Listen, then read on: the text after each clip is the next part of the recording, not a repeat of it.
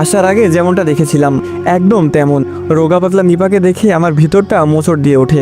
নিপাকে আমার খোঁজে পালিয়ে ঢাকায় চলে এলো। মেয়েটার উপর আমার বড্ড অভিমান জমে আছে, সাথে প্রচণ্ড রাগ রয়েছে, কিন্তু ওর চেহারা দেখতে পেয়ে যেন সব নিমেষেই ভুলে গেলাম। রাস্তার এপার থেকে নেমে আমি দৌড়ে বটতলার দিকে যেতে থাকি।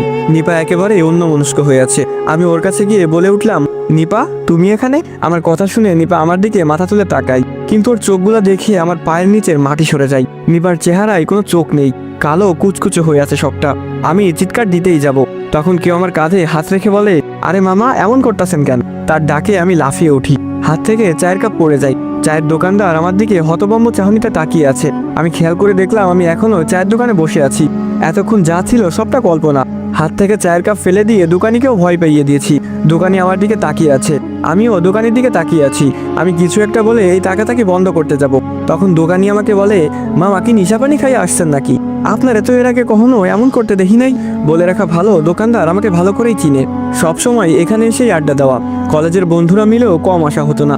সেই সুবাদে এখানে অনেক দোকানদারের সাথেই আমার ভালো সম্পর্ক।